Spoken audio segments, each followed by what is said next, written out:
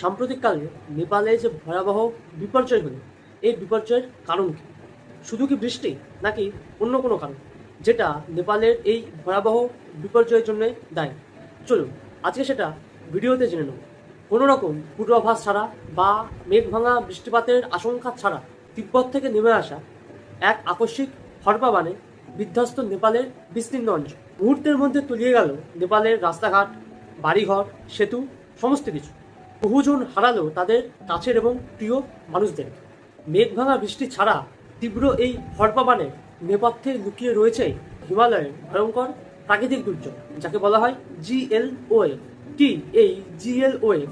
এটি হলো glacial lake outburst flood বা হিমবাহ হ্রদ বিস্ফোরণ, যেটাকে অনেকে অ্যাভালাঞ্চও বলে থাকে। যখন হিমবাহ গলে যায় তখন সেই হিমবাহ গলা জল কোনো একটা হ্রদে এসে জমা হয়। যখন হিমবাহ খুব দ্রুত গলতে শুরু করে তখন প্রচুর পরিমাণে জল সেই হ্রদে এসে জমা হয়। জল যখন ভয়ানক পরিমাণে বেড়ে যায় তখন হ্রদের জল কি হয়, উপচে পড়ে।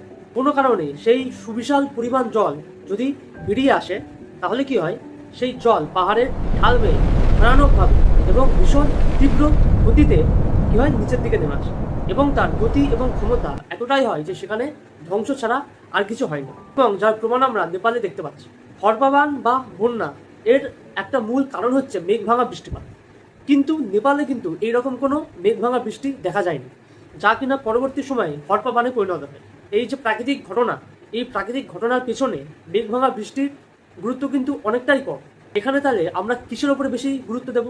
এখানে আমরা গুরুত্ব দেব মানুষের যে প্রকৃতির উপরে প্রতিনিয়ত যে অত্যাচার চালাচ্ছে, মানুষের যে বিভিন্নভাবে প্রকৃতিকে দূষিত করছে, প্রকৃতি যে প্রতিদিন উষ্ণ হয়ে উঠছে, যার ফলে কি হচ্ছে, যে হিমবাহগুলো ছিল সেগুলো খুব দ্রুত গলে যাচ্ছে। এটা হচ্ছে তার একটা কারণ। শুধু তাই নয়, তিব্বত সংলগ্ন অঞ্চলে চীনের বেশ কিছু উন্নয়নমূলক কাজ, যা কিনা প্রকৃতির বিরুদ্ধ, সেই কাজগুলোও কিন্তু এই হড়পাবানের জন্য কিন্তু অনেকাংশেই দায়ী। ভয়াবহতা এতটাই যে 1000-এর বেশি মানুষকে খুঁজে পাওয়া যায়নি। মৃত্যু ছাড়িয়েছে প্রায় 350, যার মধ্যে কিন্তু অনেক ভারতীয় রয়েছে। যে সমস্ত দেহগুলোকে খুঁজে পেয়েছে সেগুলো কিন্তু একটাও অক্ষত অবস্থায় নেই, এবং সেই দেহগুলোকে শনাক্ত করাও কিন্তু সম্ভব নয়। অতিরিক্ত উন্নয়ন যা পরিবেশের বিপক্ষে সংগঠিত হয় তা কিন্তু ভবিষ্যতে বিনাশ ডেকে আনে। তাই এমন কোনো উন্নয়ন করা উচিত নয় যা কিনা প্রকৃতির বিরুদ্ধে যায়। সকলের নেপালের জন্য প্রার্থনা করবে। ধন্যবাদ।